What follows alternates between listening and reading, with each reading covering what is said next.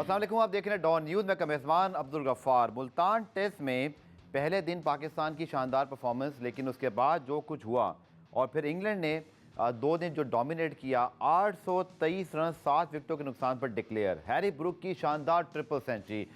जो रूट बदकिस्मती से ट्रिपल सेंचुरी मुकम्मल ना कर सके, लेकिन एक ऐसी विकेट पे जहां पर 556 रन पाकिस्तान ने खुद बनाए, इंग्लैंड ने 823 रन 7 विकेटों के नुकसान पर बनाए। पाकिस्तान कैन यू बिलीव के दूसरी इनिंग में 120 रन पर 6 आउट हैं, जबकि 59 पे 5 आउट हो चुके थे। दुनिया भर में इस वक्त पाकिस्तान क्रिकेट का मजाक उड़ाया जा रहा है और पाकिस्तानी फैन दिल बर्दाश्त हैं, और क्यों ना हो, क्योंकि ये एक वन ऑफ परफॉर्मेंस नहीं जिसमें हम सरप्राइज हो गए हैं। अभी बांग्लादेश ने रिसेंटली पाकिस्तान को घर में शिकस्त दी है। हम वर्ल्ड कप में अमेरिका से आ रहे हैं, हम इससे पहले आयरलैंड से आ रहे हैं, हम इससे पहले जिम्बाब्वे से आ रहे हैं। पाकिस्तान क्रिकेट का ये हशर जो हुआ है, इसका कौन जिम्मेदार है? क्या पाकिस्तान क्रिकेट अपने पैरों पर दोबारा खड़ी हो सकेगी? इस टेस्ट मैच में तो जो हुआ, अभी जो कि बाकी है 4 विकेटें, let's hope for a miracle कि शायद आगा सलमान और आमिर जमाल कोई एक ऐसी पार्टनरशिप करेंगे पाकिस्तान को मैच बताने की सिचुएशन मिल जाए, लेकिन ऐसा बहुत मुश्किल है क्योंकि अभी भी 147 रन की लीड बाकी है और सिर्फ 4 विकेटें बाकी। जहां एक विकेट गिरी तो याद रखिएगा अबरार अहमद भी इस वक्त मुल्तान के अस्पताल में है, जो कि उनको बुखार है और उनके मेडिकल टेस्ट हो रहे हैं, so he is not available for bat. तो बहुत ही बुरी सूरत हाल है पाकिस्तान टीम की।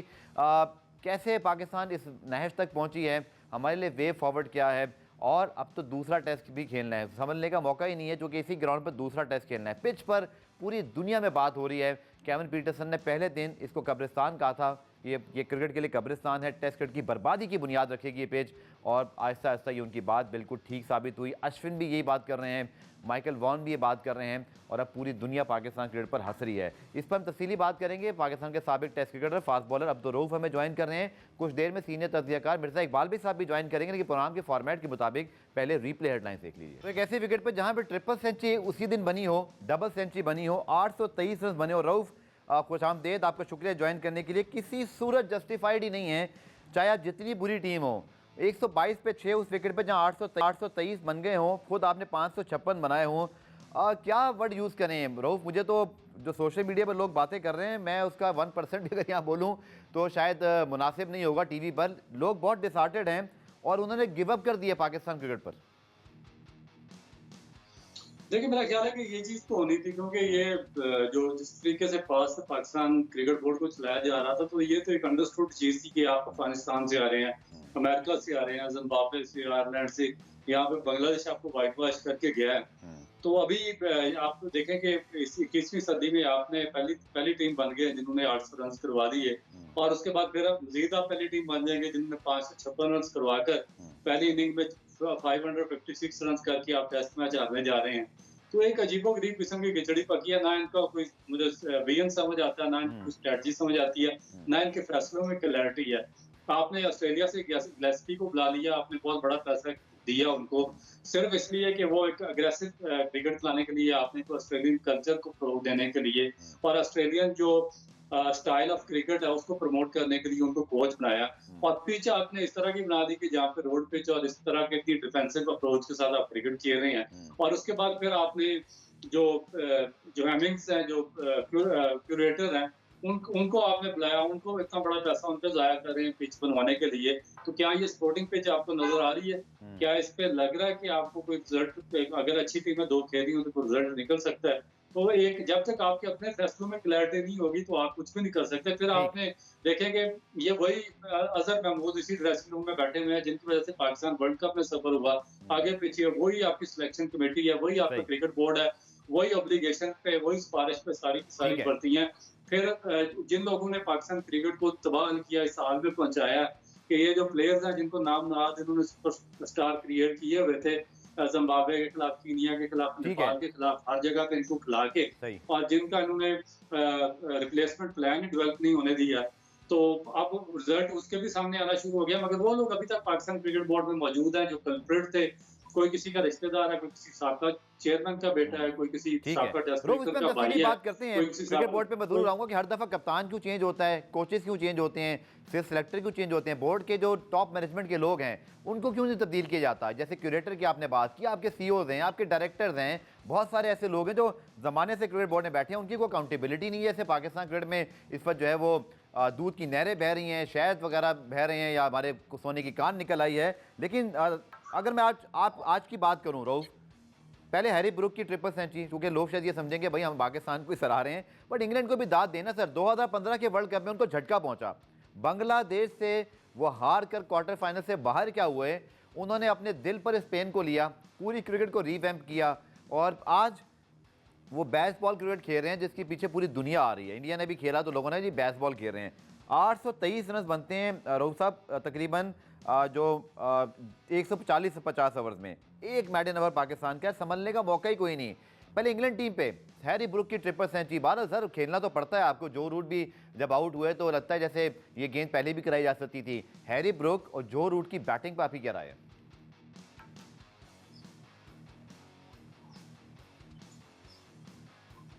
जी रऊफ, जो रूट और हैरी ब्रुक की पार्टनरशिप पे इसमें प्रॉब्लम ये है कि जब आप डेवलप करते हैं, जब आप इस तरह के हैरी ब्रुक टाइप और रूट्स जैसे प्लेयर डेवलप करते हैं, तो आपका सिस्टम बहुत ज्यादा स्ट्रांग होना चाहिए। हमारा जो सिस्टम है वो बेस करता है फ्रॉड के ऊपर। फ्रॉड के ऊपर आप अच्छे प्लेयर डेवलप नहीं कर सकते, क्योंकि देखिए जब आपने वर्ल्ड कप की मिसाल दी है, तो वर्ल्ड कप के बाद उन्होंने, उनके पास प्लेयर थे, उनका बैंक पावर स्ट्रांग थी, उनके पास रिप्लेसमेंट प्लान था, तो उन्होंने बार बार चेंज की, उन्होंने कैप्टन भी चेंज किया, उन्होंने तीनों फॉर्मेट में प्लेयर भी लाए हैं, और जो उनके टॉप के प्लेयर्स थे उनका रिप्लेसमेंट भी उनको मिल गया। हमारे तो वही दकियान उसी सोच के साथ खेलते आ रहे हैं, वही उनको पाकिस्तान के जो मुफादात हैं उनको डैमेज कर रहे हैं, और जो प्लेयर के मुफादात हैं उनको सर्व करते रहे हैं। ना उनका कोई रिप्लेसमेंट प्लान आने दिया, ना हमारे पास कोई पॉलिसी है। वो उनकी एवरेजेस उन्होंने थर्ड क्लास कंट्रीज के खिलाफ खिला के उन्होंने इतनी बेहतर कराई हुई है कि आप उनको आप टीम से निकाल नहीं सकते। एक को निकाले 100 दफा आपको सोचना पड़ता है। फिर तो आप मुझे बताएं, इंग्लिश क्रिकेट बोर्ड इस तरह का जो स्टूपिड डिसीजन दे सकते हैं कि आप 5 प्लेयर हायर करें वहां पे, और उनको जाकर मतलब मेंटोर बैठा दे फैसलाबाद जैसे ग्राउंड में किसी भी जगह पे, और एक ही वेन्यू पे कहाँ है वो मेंटोर्स, कहाँ है वो कोचेस, कहाँ है वो चैंपियंस कप का टैलेंट? मुझे तो कहीं दिखाई नहीं दे रहा। टेस्ट मैच से पहले चैंपियंस कप कराया था हमने, बड़ी उसकी धूमधाम थी। देखिए वो तो आप 5 बंदों को नवाजने के लिए करवाया गया था। वकार यूनुस को नवाजने के लिए, सकलैन मुश्ताक को, मिसबाह को, शुएब मलिक को और सरफराज अहमद को। सर दो तो टूर्नामेंट के बीच में अमेरिका में थे। तो यही कुछ होगा ना, जब आप ड्रामे से, जब आप 50 लाख रुपए फीस थी सर, यही मिलेगा। ठीक है रोफ, अगर मैं आपसे पूछूं 556 बनाने वाली टीम पर जब 800 रन बनते हैं, और आज शाहिद हाशमी साहब ने बड़ा अच्छा ट्वीट किया, मैं इसको निकालने की कोशिश करता हूं। उन्होंने कहा पाकिस्तान के जो आखिरी सेकंड इनिंग के टोटल हैं वो रिफ्लेक्ट करते हैं कि अंडर प्रेशर तो हम खेल ही नहीं सकते। उन्होंने बताया जी 172, 146, 115, 237 और 89। रोफ, क्या तीसरी इनिंग्स में बैटिंग करना पाकिस्तान के लिए एक अजाब बन चुका है? क्या मेंटली ठीक नहीं है? अब्दुल्ला शफीक आते हैं, पहली गेंद को पता ही नहीं कहाँ पड़ी, क्या हो गया उसके साथ। बाबर आजम की भी वही प्रॉब्लम है कि वो भी अंडर प्रेशर नहीं खेल सकते। मोहम्मद रिजवान का भी यही मसला है। क्या मसला क्या है 556 रन बनाने के बाद? पहले मैं टेस्ट मैच को कवर कर लूँ, फिर हम ओवरऑल बात करते हैं। 556 रन बनाने के बाद कोई टीम अगर हारेगी, टेस्ट क्रिकेट में पहली बार होगा रऊफ, और हमने फिर 800 रन जो कंसीड कराई, तो बॉलिंग पे आपका तजिया रऊफ, और जो इस विकेट पे जहां 800 रन बन जाएं, 59 पे 5 कैसे आउट हो सकते हैं? तनवीर, सॉरी रऊफ, आप भी मुझे एक्सप्लेन कर दें, मेरी तो अक्ल यहाँ काम नहीं करती अब।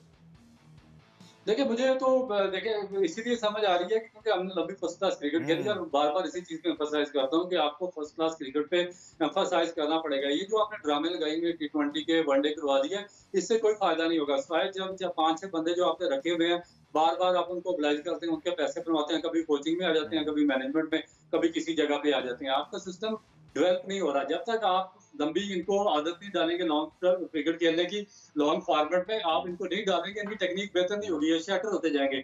आप 50-100 फर्स्ट क्लास मैचेस खेलेंगे, फिर आपको पता चलेगा कि आपने पहली इनिंग में कैसे हैंडल करना सिचुएशन को। जब दूसरी इनिंग में आपने बॉलिंग करानी है तो आपने प्लान क्या करना है। जब तीसरी इनिंग में आपने बैटिंग पे आना है, या चौथी इनिंग में बैटिंग पे आना, तो आपको किस प्लानिंग के साथ खेलना है, किस बॉलर को सर्वाइव करना है, किसको एंगेज करना है, किसको किस अटैक करना है। तो ये प्रॉपर स्ट्रेटजी उस वक्त समझ आएगी। ये जो वकार यूनुस, आकिब जावेद, ये मिसबाह, शुएब मलिक, अजहर महमूद, ये इन जो जैसों पे पैसे जाया करने से आपको कुछ भी हासिल नहीं होगा। चाहे आप 50 लाख छोड़ के 50 करोड़ भी इनको दे दें, आपने इसी तरह स्ट्रगल ही करना जब तक आपका अपना ढांचा स्ट्रांग नहीं होगा। और फिर जो सबसे बड़ी इनको लाने वाला क्रिकेट बोर्ड, इनको लाने वाले क्रिकेट बोर्ड के ऑफिशियल्स, उनका एहतसाब कब होगा? फिर फैसले तो वहां से होते हैं ना, ये तो घर पे बैठे होते हैं, फोन आता है तब आते हैं ना। ये क्रिकेट बोर्ड में तब्दीलियां कब होंगी? देखें ना, ये तो सिफारिशी है ना, ये तो चिपके हुए हैं, सिफारिश पे ये करवाते हैं। जो भी क्रिकेट बोर्ड का चेयरमैन आता है, ये उनको बस बता देते हैं कि ये हमने इतने मैच पाकिस्तान के लिए खेले हुए, हमने ये किया, हाँ। वो किया हुआ। वो इनको ले आता है, वो समझता है कि पता नहीं ये अगले कौन है, रऊफ इनके एक पास और कितनी बात बोलते डिग्री हैं, है। कहते हैं कलामी मुझे ब्रेक पे जाना है कि जो लोग टीवी पे ज्यादा बोलते हैं उनको फिर जल्दी बुलाया जाता है।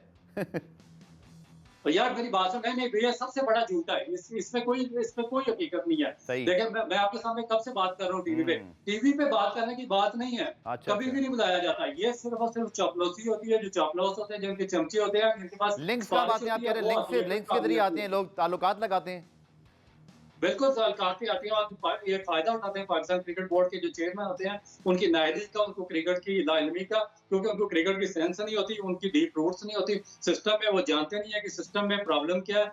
25-30 साल आपकी मजबूत जड़ें सिस्टम में हों, फिर आपको समझ आती है कि असल में इंफ्रास्ट्रक्चर कहाँ पे आपका डैमेज सही। कर रहा है, आपका डोमेस्टिक स्ट्रक्चर कहाँ पे डैमेज हो रहा है, आपका ग्रास रूट कहाँ पे सफर कर रहा है, और प्लेयर आपके प्रोड्यूस क्यों नहीं हो रहे। फिर जो प्लेयर आ रहे हैं, उनकी सही उनकी अपब्रिंगिंग क्यों नहीं हो रही, उनके बायोमैकेनिक्स क्यों नहीं बेहतर हो रहे। तो जब तक ठीक है। चेयरमैन को इन चीजों का नॉलेज नहीं होगा, डीप ठीक। अंडरस्टैंडिंग नहीं होगी, वो इन लोगों को ऑब्लाइज करता रहेगा, और इस चीज का ये लोग फायदा उठाते हैं। और सिस्टम को इन्होंने यरगमाल बनाया हुआ है, जिस तरह की एक माफिया क्रिकेट को चलाता है, इस चलिए तरीके रोफ, से इस इस टेस्ट पे सिस्टम तो को हमने बात की चलाते नहीं, हैं। मैं ब्रेक ले रहा हूँ। ब्रेक से जब वापस आएंगे तो आपके साथ मिर्जा इकबाल बेग साहब भी मौजूद होंगे, और मैं अहाता करने की कोशिश करूंगा कि ये ऐसी टीम जो कि आज से 4-5 साल पहले एक स्टेबिलिटी में आई हुई थी। मुझे याद है शाहीन शाह अफरीदी, मोहम्मद रिजवान, बाबर आजम, फातिमा सना, इन सब ने आईसीसी अवार्ड एक ही दिन जीते, और पाकिस्तान क्रिकेट में एक अजीब समा था खुशी का। पाकिस्तान ने वर्ल्ड कप का फाइनल खेला, ऑस्ट्रेलिया को पाकिस्तान में वनडे सीरीज में हराया, साउथ अफ्रीका को जाके वनडे सीरीज में हराया, श्रीलंका को इसी टीम ने श्रीलंका में हराया। फिर हुआ क्या? क्या इस टीम को लड़वा दिया गया? क्या खिलाड़ी दूसरे के खिलाफ हो गए हैं? हमने करना क्या है, इसको मज़ीद डिस्कस करेंगे और अंदर की खबर निकालने की कोशिश करेंगे शॉर्ट कमर्शियल ब्रेक के लिए। प्रोग्राम में खुशामदीद। हमें ज्वाइन कर लिए जनाब सीनियर स्पोर्ट तज्जिया मिर्जा इकबाल बेग साहब ने भी। टेस्ट क्रिकेट में पाकिस्तान ने क्या गलती की, कहाँ खामियां हैं, टेक्निकल एस्पेक्ट पे तो बात की। अब्दुल रऊफ साहब ने, वो भी हमारे साथ मौजूद हैं, उनसे मैं मज़ीद बात करूँगा। लेकिन इकबाल भाई, मैं आपकी तरफ आता हूँ। देखिए, डिबेट ओपन होनी चाहिए। आपकी अपनी राय हो सकती है, मेरी अपनी राय हो सकती है, रऊफ की अपनी राय, और हम तीनों के बात जो कर रहे हैं लोगों की राय भी हो सकती है। लेकिन सर, मैं थोड़ा सा आपको पीछे लेके जाता हूँ। एक ऐसी टीम जो अब बांग्लादेश के हाथों दुर्गत बनी, इंग्लैंड ने जो हमारे साथ आज किया है, लोग कहते नहीं पाकिस्तान क्रिकेट को उन्होंने दफन कर दिया, पाकिस्तान क्रिकेट आज डूब गई है मुल्तान की इस ग्राउंड में। सर, इससे पहले अमेरिका से हारे, लेकिन अब से 3 साल पहले सर यही टीम थी मिर्जा इकबाल भाई साहब, यही टीम जिसने साउथ अफ्रीका को साउथ अफ्रीका में वनडे सीरीज हराई, श्रीलंका को हमने श्रीलंका में, ये 2023 से पहले की बात कर रहा हूँ, श्रीलंका को श्रीलंका में टेस्ट सीरीज हराई, ऑस्ट्रेलिया पाकिस्तान आया उसको भी हरा दिया, साउथ अफ्रीका अपनी फुल स्ट्रेंथ टीम लेकर आया, आपको याद होगा हसन अली ने 10 विकेटें ली, उसको भी यहाँ हराया हमने। सर, इस टीम ने वर्ल्ड कप का फाइनल भी खेला। ये टीम इतनी बुरी तो नहीं थी कि ये इस डैश तक पहुंचती। क्या 2023 के वर्ल्ड कप के बाद बाबर आजम को बुला के जब कहा गया जी आप एक फॉर्मेट छोड़ दें, तो तीनों ही छोड़ दिए। फिर शाहीन बाबर, बाबर शाहीन, शान मसूद, ये जो कप्तानी की रेस है, 90s में भी इसने टीम, हमारी टीम को खा गई थी, तबाह कर दिया था। क्या ये टीम वाकई कप्तानी की रेस और मिस हैंडलिंग की से तबाह हुई है? जो 4 साल पहले मैंने सारी कामयाबियां आपको गिनवा दी है, मेरा तज्जिया नहीं है, ये सब आपको आपके इल्म है कि हम जीते हुए हैं। बहुत बहुत शुक्रिया अब्दुल गफ्फार, आपने बड़ा लंबा सवाल कर लिया और इस सवाल में बहुत सारे जवाबात भी थे। लेकिन इस घर को आग लग गई घर के चिराग से। खिलाड़ियों की आपस की चपकलिश, टीम को प्रॉपर तरीके से हैंडल न करना, कप्तानों की तब्दीली, चीफ सेलेक्टर की तब्दीली, सिलेक्शन कमेटी की तब्दीली, बेशुमार चीजें, पीसीबी के चेयरमैन का आना जाना, ये सारे फैक्टर्स पाकिस्तानी क्रिकेट टीम की इस मायूस कुन कारकर्दगी को रिफ्लेक्ट कर रहे हैं। लोग पहले ही बददिल थे कि बांग्लादेश के खिलाफ सीरीज हम 2-0 से हारे, लेकिन अब जो इंग्लैंड ने हमारा भुरकस निकाला है 823 रन, और आप पिचेस बनाते हैं कि बैटिंग पैराडाइज बना रहे हैं आप, और बैटिंग पैराडाइज पर आप 556 रन करने के बाद अगली टीम को 823 रन करा रहे हैं, तो कहाँ है गलती? मुझे तो लगता है कि पाकिस्तानी टीम के सीनियर प्लेयर्स संजीदा नहीं है रन करने में। बाबर आजम को देख ले, 18वीं इनिंग्स अब तक कोई 50 उन्होंने नहीं किया। इसी तरीके से आप मोहम्मद रिजवान को देख लें, वो रन स्कोर करते थे, लेकिन इस टेस्ट मैच में किसकी नजर उनको लग गई? तो इस लिहाज से अगर देखा जाए तो सीनियर खिलाड़ियों, फिर शाहीन शाह अफरीदी की स्पीड देख लें कितनी थी, नसीम शाह की स्पीड कितनी थी, अबरार अहमद मिस्ट्री स्पिनर को खिलाया, 174 रन उसने दिए, वो तो आज आया नहीं, वरना 200 रन दे देता, वो तो बीमार हो गया। तो आप मुझे बताएं कि टीम का कॉम्बिनेशन क्या है, टीम का सिलेक्शन क्या है, टीम में कोई तब्दीली करना नहीं चाहते, आप वही आजमाए हुए चेहरों को आजमाते हुए चले जा रहे हैं। सर, इससे आप पहले उन्हीं मैं रोड घोड़ों से पर पूछूं कि बैठ अगले लगा टेस्ट रहे में क्या करना है, कतई कलामी माफ, ये जो 2023 के वर्ल्ड कप के बाद इकबाल भाई जो जक्का अशरफ साहब ने बुलाया था बाबर आजम को, उस मीटिंग के अंदर शान मसूद को भी पहले से शायद आगाह कर दिया गया था। आपने चंद महीने पहले टेस्ट सीरीज जीती थी। मैं सिर्फ बाबर आजम की बात नहीं कर रहा, मुझे फिर लोग बदनाम करते हैं या बाबर आजम को बड़ा सपोर्ट करते हैं। मिकी आर्थर और ग्रांट ब्रैडबर्न सर, उन्होंने आपको टेस्ट सीरीज जितवाई। जुम्मा जुम्मा भी 8 दिन उनको हुए थे टीम को संभाले हुए। आपके नए कोचेज आए, मोहम्मद हफीज़, वहाब रियाज, कोई कोचिंग एक्सपीरियंस नहीं, रिसेंटली रिटायर क्रिकेटर जक्का अशरफ के राइट हैंड, आके सारे फैसले उन्होंने करवाए ना सर, कोई तो बात करे इस पर। नहीं, आपकी बात बिल्कुल सही है। बहुत सारी चीजें, बहुत सारे फैक्टर्स हैं। ये सिलसिला तो वहीं से शुरू हुआ ना कि जब आपने बाबर को हटाकर शाहीन शाह अफरीदी को कप्तान बनाया और फिर शाहीन शाह अफरीदी को हटाकर दोबारा बाबर को कप्तान बनाया, तो आपने तो खुद टीम की यूनिटी को, जो टीम का इत्तेहाद है, उसको झटका दिया। असल वजह ये अब्दुल गफ्फार के पीसीबी के चेयरमैन मोहसिन नकवी साहब के पास वक्त नहीं है। वो वफाकी वजीर दाखिला भी है। पाकिस्तान की इंटरनल सिचुएशन को आप देखें, उन्हें उनको बहुत सारा काम करना है, उन्होंने दूसरों पर छोड़ दिया। और उनकी तवज्जो, लोग तो ये कह रहे हैं, मैंने तो आज ट्वीट भी किया कि बजाय पाकिस्तानी क्रिकेट टीम की डेवलपमेंट के, उनकी तवज्जो है पाकिस्तान के ग्राउंड्स की डेवलपमेंट की जाए। भाई, टीम अच्छा खेलेगी तो ग्राउंड अच्छे होंगे ना। अब इस पर कोई तवज्जो नहीं दे रहा और आपस की जो चपकलिश है ये पाकिस्तान को तबाही के दहाने पर ले आई है। चलिए रऊफ, मैं अगर आपसे बात करूं, 142 पे 6 आउट हैं, क्रिकेटिंग स्पेक्ट सारे कवर करने हैं, कोई चांस है इस टेस्ट मैच को बचाने का? मे बी कि अभी 125 रन की लीड बाकी है। सलमान अली आगा हमारे सबसे इस वक्त प्रॉमिसिंग यंगस्टर हैं, आमिर जमाल फाइटर हैं, कोई चांस रऊफ आपको लगता है कोई बड़ी पार्टनरशिप हम कर लें हैरी ब्रोक और जो रूट की तरह? विकेट में तो भारत बहुत आसानी है, या समझते नहीं इस matter of 1 ball and the game will over? देखिए, गेम तो ऑलरेडी ओवर हो चुकी है। जिस बॉडी लैंग्वेज के साथ आप खेल रहे हैं, इस बॉडी लैंग्वेज के साथ टेस्ट क्रिकेट नहीं खेली जाती। आपने एक स्पिनर खिलाया, वो अनफिट होकर बाहर चला गया, वो इस काबिल ही तो क्रिकेट ही नहीं खेलना चाह रहा और आपने उसको टेस्ट मैच खिला दिया। एक आदमी टेस्ट क्रिकेट खेलना ही नहीं चाहता, आप पकड़ के लाते हैं। इससे पहले हारिस राउफ, उसने कहा मैं ऑस्ट्रेलिया नहीं जा रहा, आपने उसको कॉन्ट्रैक्ट निकाल लिया कि भाई आपने जबरदस्त क्रिकेट खेलनी है। तो आपका मुझे बताया ना कि रिप्लेसमेंट प्लान, आपने अभी बात की थी पहले, बहुत इन्होंने 2-3 सीरीज जीती हैं। 2-3 सीरीज इसलिए जीती थी, ये बिल्कुल न्यू कमर आए थे, नेचुरल टैलेंटेड आए थे। ये जो पाकिस्तान क्रिकेट बोर्ड का रद्दी, एक्सपायर्ड और इलिटरेट कोचिंग स्टाफ है, उसके हाथ नहीं चढ़े थे। जैसे ही ये 2-3 साल उस कोचिंग स्टाफ के ये हाथ चढ़े हैं, उनके साथ इन्होंने गुजारे हैं, तो इनकी सारी बॉडी लैंग्वेज शटर हो गई, इनके एक्शन सारे शटर हो गए, इनके बायोमैकेनिक्स तबाह हो गया। आपका शाहीन अफरीदी 140 से 145 बॉलिंग करता था, वो आ गया 128 पे। ये आपका नसीम शाह बॉलिंग करता था 145 150 तक, वो आ गया 132 पे। उसके बाद जो आपके स्पिनर्स थे आपने डेवलप नहीं होने दिए। मोहम्मद यूसुफ से पूछे बैट्समैन किधर है, रिप्लेसमेंट प्लान किधर है, कितने अरसे से वो पाकिस्तान क्रिकेट अकेडमी में बैठे हुए। सकलैन स्टार से पूछा स्पिन बॉलर्स किधर हैं, जिनको इन्होंने यहाँ पे लगा रखा। वकार यूनुस से पूछे पास को। शान मसूद की सेंचुरी बन गई तो दो बातें हैं, क्या सेंचुरी से उनकी कप्तानी भी बच गई है, वरना शायद सूरत हाल कुछ भी हो सकती थी? आपके पास कोई खबर या आपका तजज़िया क्या है? दूसरे टेस्ट में क्या कुछ हम एक और ब्रेकिंग न्यूज़ देखेंगे या अभी जैसे गिलेस्पी का एतमाद बरकरार रहेगा शान मसूद की कप्तानी पर? देखिए अब्दुल गफ्फार, मेरी नजर में अभी तो ड्यूरिंग द सीरीज तो कप्तान तब्दील नहीं करेंगे, तो फिर पाकिस्तान क्रिकेट का वैसे ही मजाक उड़ रहा है और मजीद मजाक उड़ेगा। इसमें शान मसूद को पूरा मौका देंगे। इसके बाद पाकिस्तानी क्रिकेट टीम को साउथ अफ्रीका में जाकर 2 टेस्ट मैचेस खेलने, उससे पहले पाकिस्तानी क्रिकेट अल्लाह रहम करे वहां भी हमारी टीम पर, यहाँ ऑस्ट्रेलिया आना है, 3 वनडे 3 T20 मैचेस हैं। तो अगर उसको देखें तो अभी फिलहाल तो कोई ब्रेकिंग न्यूज नहीं है, लेकिन आपने 2 प्लेयर्स को वापस भेज दिया, नोमान अली और जाहिद महमूद, जो लेग स्पिनर्स थे, ताकि वो फिटनेस टेस्ट नहीं पास कर सके। तो कोई इनसे पूछे कि मोहम्मद रिजवान का तो फिटनेस टेस्ट हुआ था, उसका क्या नतीजा आया? मतलब ड्यूल पॉलिसी है कि किसी को तो ब्लू आइड बॉय है और कोई ऐसा है कि उसको बिल्कुल ही नजरअंदाज करते हैं। चलिए पुराने ब्रेक शामिल करते हैं। ब्रेक से जब वापस आएंगे तो अब जो होना था हो गया, लेकिन कोई बेहतर नहीं आ रही। पता नहीं इस पिच को आईसीसी कोई रेट देगा, लेकिन मुझे लगता है आईसीसी की मुश्किल हमने आसान कर दी 6 विकेटें गिराकर। और दूसरा टेस्ट भी मुल्तान में होना है। रऊफ से और इकबाल भाई से पूछेंगे कि कोई कमबैक की गुंजाइश है, कोई ऐसी चीज़ जो हम करें? नज़र तो नहीं आ रहा मुझे फिलहाल। मेरे साथ में शायद ही इकबाल भाई और रऊफ भाई कोई ऐसा मैजिक बता सकें, क्योंकि पाकिस्तान टीम का हाल ही ऐसा है। डिस्कस करेंगे शॉर्ट कमर्शियल ब्रेक के। तो जनाब अपडेट ये है कि चौथे दिन खेल का खत्म हो गया है। 6 विकेटों पे 152 रन पाकिस्तान ने बना लिए हैं। आमिर जमाल 27, सलमान अली आगा पहले इनिंग के सेंचुरियन 41 रन बना के क्रीज में मौजूद हैं। 115 रन की अभी बढ़तरी इंग्लैंड को हासिल है।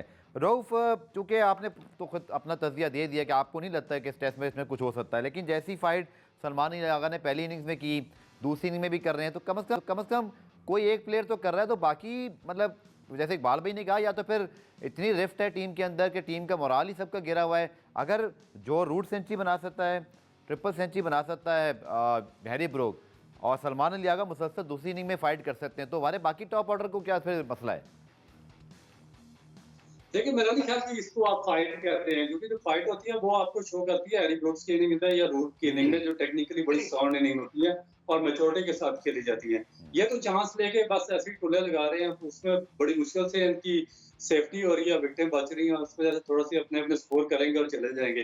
असल में प्रॉब्लम ही यही है कि इंडिविजुअल खेलते हैं, टीम के मफाद के लिए कोई भी नहीं खेलता है इनमें से, और सबके सब इनका यही पाकिस्तान क्रिकेट बोर्ड और जो मैनेजमेंट है, उन्होंने पता नहीं माइंडसेट इनका ऐसा कर दिया है कि इनका ये सिर्फ अपनी जो पोजीशन है उसको सिमेंटेड करने के लिए क्रिकेट खेलते हैं पाकिस्तान टीम में। इसी वजह से आपको जो पॉजिटिव रिजल्ट है पाकिस्तान की फेवर में नजर नहीं आते, और आगे भी मुझे नहीं उम्मीद है कि कुछ ये आगे पॉजिटिव क्रिकेट खेलेंगे, क्योंकि इनके पास रिप्लेसमेंट है ही नहीं है। आप देखिए कि वो ब्राज खेलना नहीं चाहता, आप उसको जबरदस्ती खिला रहे हैं। वो नुमान अली 40 साल का, पहले आपने 40 साल के और 2-3 बंदों से जान छुड़ाई है, 40 साल तक चलकर अब्दुल रहमान और जुल्फकार बाबर, फिर अब उनसे वो निकले हैं तो वो 39-40 साल का एक और आ गया। जो 5-6 बच्चे आए थे यंगस्टर, उनको आपने बेड़ागर करके उनको सिस्टम से निकाल दिया, एक मैच नहीं उनको खिलाया। तो इस तरीके से डेवलपमेंट नहीं होती, डेवलपमेंट होती है साफ नीयत के साथ, एजुकेशन के साथ, एक विजन के साथ।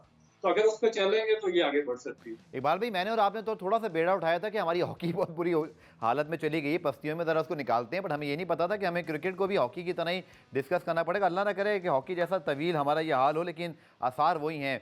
लेकिन इकबाल भाई, दूसरे टेस्ट के लिए जैसे 15 अक्टूबर को टेस्ट मैच है, ये टेस्ट मैच तो मुझे नहीं लगता पाकिस्तान कुछ कर पाएगा, मिरेकल ही हो सकता है, जैसे एक दफ़ा कामान अकमल अब्दुल रज़ाक ने आई थिंक इंडिया में किसी टेस्ट में उन्होंने किया था। दूसरे टेस्ट में सर क्या कुछ ऐसा कर सकते हैं हम जिससे हम मतलब फाइटिंग पोजीशन में ही आ जाएं? देखिए, अभी तो आपके पास जो चॉइस है कि एक तो पाकिस्तान क्रिकेट बोर्ड की सिलेक्शन कमेटी ने 15 खिलाड़ियों के नामों का ऐलान किया था ना, अब उनमें से 2 तो वापस चले गए, बल्कि 16 थे, जाहिद महमूद और नुमान अली को वापस भेज दिया। अब आप बताएं कि ये क्या कहीं से ऑटोमेटिकली क्या पैराशूट के जरिए प्लेयर्स को लेकर आएंगे? 4 दिन का गैप है, 4 दिन के गैप के बाद अगला टेस्ट मैच शुरू होना है। बॉडी लैंग्वेज आपने देखी जब पाकिस्तानी फील्डर्स फील्डिंग कर रहे थे और हाथों के कैच ड्रॉप कर रहे थे, तो उस वक्त ऐसा लग रहा था कि कोई क्लब क्रिकेट का मैच हो रहा है। तो टीम में इत्तेहाद नहीं है, टीम में वो एनर्जी नहीं है, टीम में वो थ्रिल नहीं है जो कि होनी चाहिए। तो मुझे तो लग रहा है वैसी टीम माफ कीजिएगा, वैसी टीम डीमोरलाइज्ड है, और मुझे लग रहा है कि सेकंड टेस्ट मैच में भी टीम पे अगर ये क्या करेंगे, पैनिक बटन दबाएंगे, बहुत ज्यादा तब्दीलियां करेंगे। बॉलिंग आपकी बिल्कुल वर्नरेबल है, बॉलिंग आपकी इंप्रेसिव है ही नहीं, आपके बॉलर जो है वो धड़ाधड़ उनकी पिटाई हो रही है। जिस टीम के सलमान अली आगा जो कि बैटिंग ऑलराउंडर है, अगर वो 2 विकेटें लेते फिर बाकी आपके बॉलर्स ने क्या किया? तो इसका मतलब ये हुआ कि आपके पास कोई बैकअप में नहीं है। क्या आप रिस्क लेंगे कि नए लड़के खिलाएं?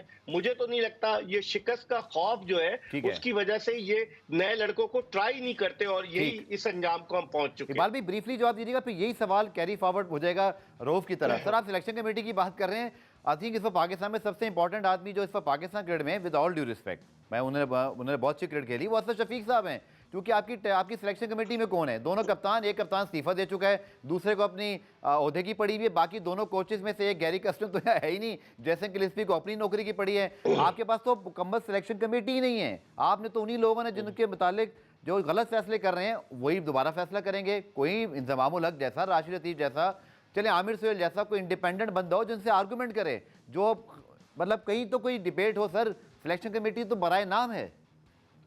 बिल्कुल आपने सही कहा। असद शफीक जिन्होंने इसी साल क्रिकेट जो है वो छोड़ी है, और वो छोड़ने के बाद 11-12 लाख रुपए महाना पर वो मुलाजिम हो गए, सिलेक्शन कमेटी के रुकने कहीं आपको नजर आते हैं असद शफीक? मोहम्मद यूसुफ तो छोड़ के चले गए क्योंकि उनके बारे में कहा जा रहा है कि वो अंडर 19 के हेड कोच बन जाएंगे।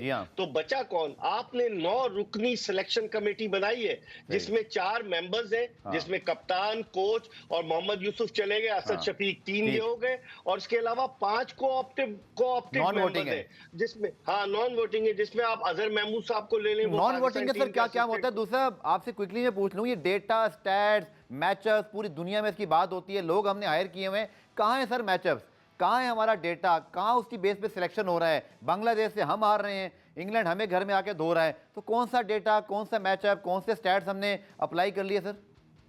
ये आंखों में धूल झोंकने के मुतरादिफ हैं। आप देखें ना, जो 5 को ऑप्टेड मेंबर्स है, चले अजहर महमूद समझ में आते हैं, बिलाल अफजल साहब वजीर जो चेयरमैन के मुशीर हैं, उसके अलावा हसन चीमा साहब डाटा एनालिस्ट है। आप मुझे बताएं ना इन लोगों का क्या काम है? उसमें नदीम खान साहब डायरेक्टर इंफ्रास्ट्रक्चर, वो इस कमेटी में हैं। तो 4 तो ऐसे अफराद हो गए, 5 कि जिनका क्या ताल्लुक है, मेरी तो समझ में नहीं आता। ये तबाही के दहाने पर ले जा रहे हैं। कोई सिलेक्शन कमेटी का सरबराह नहीं है जिससे पूछगछ हो सके। रोब, आपसे भाई सवाल, जैसे सिलेक्शन कमेटी का इकबाल भाई ने जिक्र किया, मैंने आपको हकीकत बता दी, एक असद शफीक उसमें क्रिकेटर मौजूद है, बाकी कप्तान कोच तो इस वक्त खेल रहे हैं, उन्होंने खुद फैसले कर रहे हैं, उनसे परफॉर्मेंस पे एहतसाब होना चाहिए, वो खुद टीम सेलेक्ट करेंगे।